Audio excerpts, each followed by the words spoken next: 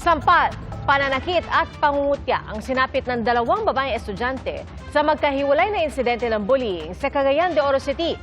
Ipinatatawag na ang mga sangkot sa insidente pati na ang kanilang mga magulang. Saksi si Sara Hilomen Velasco ng GMA Regional TV.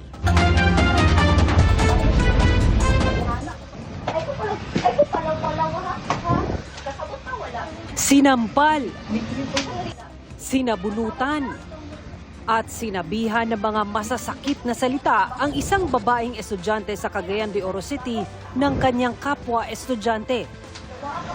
Sa gitna ng pambubuli, isa pang babae ang dumaan at ngumiti sa tapat ng kamera at tumabi sa biktimang sinasaktan. Ang video ng pananakit na viral na ngayon, in-upload ng kapatid ng biktima online. Ayon sa pamunuan ng eskwelahan kung saan nag-aaral ang mga sangkot, hindi nangyari sa loob ng kanilang paaralan ang insidente.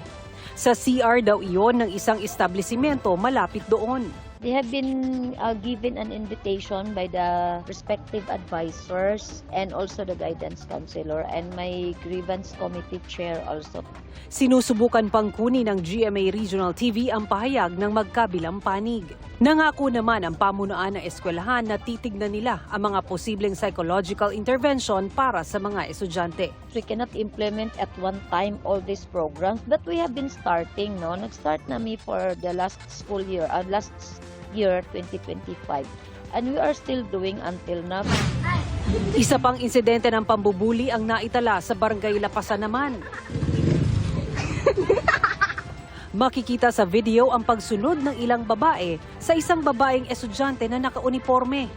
Dinig pa ang tawanan at pangungutya nila sa babae habang unti-unti silang lumalapit dito. Maya-maya, paulit-ulit na hinila ang buhok ng biktima hanggang sa sabunutan at pagtulungan na nila ito. Nang matumba ang biktima, doon na nagpulasan at tumakbo palayo ang mga nanakit sa kanya. Ayon sa Barangay Council ng Lapasan, residente ng naturang barangay ang biktima at mga nanakit sa kanya. Ibinatawag na raw nila ang mga estudyanteng sangkot, mga magulang nila at opisyal ng eskwelahan. Kaya maybe kaning mga victims or kaning mga suspects sa bullying might have some issues sa ilang mga panimalay, no? Like kanang abused by their parents. Muna mo gipatawag din ni Kapitan BCPC, VAUC, ang Barangay Executive Support and Legal Affairs Office. Patuloy ang investigasyon.